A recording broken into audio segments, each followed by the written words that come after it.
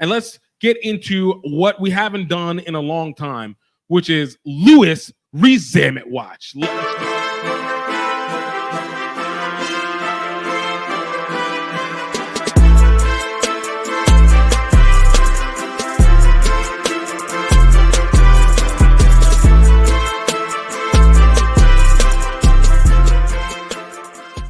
Yo, congrats, Lewis Rees-Zammit. First, I got to make a quick comment to my guy, Lance Kavanaugh. You can catch his interview up here. Great American Rugby said it great about the MLR. He said, not until we get a league without losing a team every season, I can't get comfortable. Hey, that's facts. That's facts. Yo, that's something that MLR needs to be able to make sure it keeps on going. But Lewis Rees-Zammit, y'all, the Welsh Rugby star turned NFLer, just had his first game. And needless to say, it was a little off to be desired. All right. So I want to go through, look at some of the highlights that were had for it. Not exactly the greatest, but we're going to talk about it. We're going to talk about it because I think he deserves a little bit of grace. And I do think that there is a little more to the story, not to the story, but that you can take from it than what was absolutely shown here. So hold on, let's go ahead and let's look in. Shout out to 3 tight ends, Tight 5 Rugby, for breaking down the clips of Lewis Rees-Zammit's first action in the NFL. Second down and 7, midway through the third quarter, and here's a handoff to a former rugby player. Right. For those who see, he run behind on the ball for Trammell to get underneath. He's got it at the 9-yard line, and he makes a move back to the 15, tries to avoid. Next play, he's on punt kick and got a tackle. Pressure dumps it off underneath. Jaguars are in the vicinity, but they miss and is taken down. And after the penalty, here's the handoff, and Rees-Zammit is running left. And he gets to the line of scrimmage. And you get what you emphasize. His kicker, by the way, is the rugby player, kicker, Louis Rees-Zammit. In this new formation. This is fielded at the 10-yard line, and at the 20 and the 30-yard line, Gary Brightwell. Second down and 7. That's it. So basically, if you guys are putting it together, his stats were 2 carries for 1 yard, 1 catch for, I think, like 2 yards or so, if I remember correctly. Hold on, I just need to make sure I get this right. And then 1 tackle, and obviously 1 punt kick for, whatever. I don't know the number of yards that they were going for on that one. But again, contrary, not exactly the most exhilarating stats that you're hoping to get from the great rugby player Lewis Rees-Zammit entering into this. But I have a different take on this one because it's very easy to hate. Easy to be like, hey, man, he's not going to do it. Number one, clearly the Chiefs see there is a value in his multiple talents, right? They are trying to clearly work him out at running back, which we knew months ago.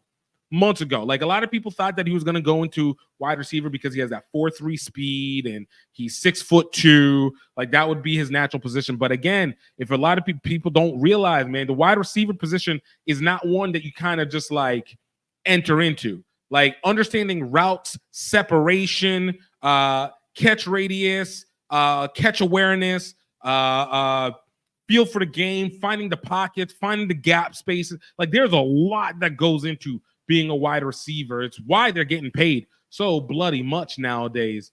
But it wasn't a position that he was ready for because he's just not played enough.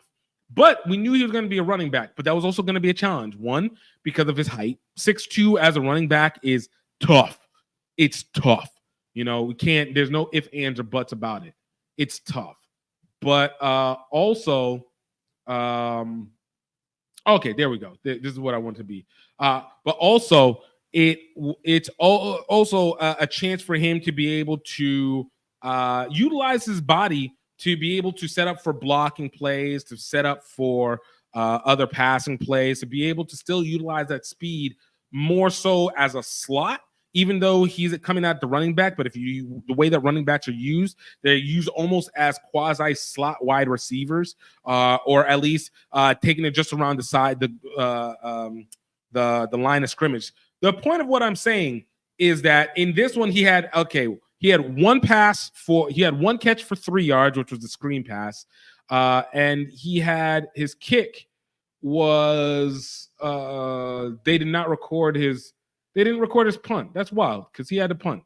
But one pass catch for 3 yards, 2 carries for 1 yard, and obviously 1 tackle, which was on the kickoff on the punt team itself. So they want to serve him in multiple places. I think it's very obvious that they're trying to do everything in their power to keep him on. It is very clear. You do not put a person who's that fresh in that many places without wanting to do that. And on top of that, the news on him has not been negative at all. There was conversations about by, I think, what was it? One of the former tight ends for the Chiefs that I'd never heard of. I thought it was going to be like freaking Tony Gonzalez or something like that. But no, it was some dude. But he's like, yo, for me, the guy's name is Dave Tobe, who I believe is the special teams coordinator. So for him, he said, yo, he's been great. He's doing a good job as a returner. He's got to continue to get better as a running back. He's got to learn the stuff, pass blocking. I think it's a major hurdle that he needs to figure out because that's a big part of what we do in our offense, and that's where it's at. And talked about early in the offseason, there were mixed predictions on how it is, on where he was going to be. But again, it looks like with some injuries and some signings, it's narrowing exactly what they're going to do with Rees-Zammit. But I can see that at least in this first preseason game, I think they really want to keep him.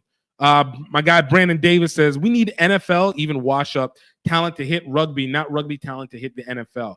I mean, look, I think this is one of those things where it's a double-edged sword, because I think there is the misconception that if we get washed up NFL talent, that it translates into rugby, which we have seen consistently now not be so much the case. I think also there is a mindset that has to be able to go along with it, where the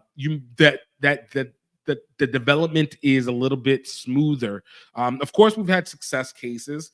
Most of them seem to be within sevens, but again, it's one of those situations where we want more athleticism, but we also need more skill. We need a lot of skill on that. But and athleticism works up until skill comes and blocks it down. So I am for talent to come through, but I'd rather them come out of college and going into rugby than coming out of the NFL and back to rugby, because just mentally, from the financial element, from the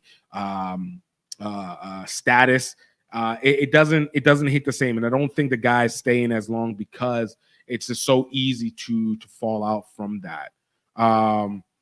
And so Brandon agreed with the point on making it in sevens. But with Louis Rees-Zammit, and the reason why I think this is important for what we see with Louis Rees-Zammit is the fact that to see a major star in rugby go to the NFL also can provide an element of financial fluidity going to it. And if the NFL actively wanted to invest in rugby, I mean, there's realness. Right now, they already are taking everything from it.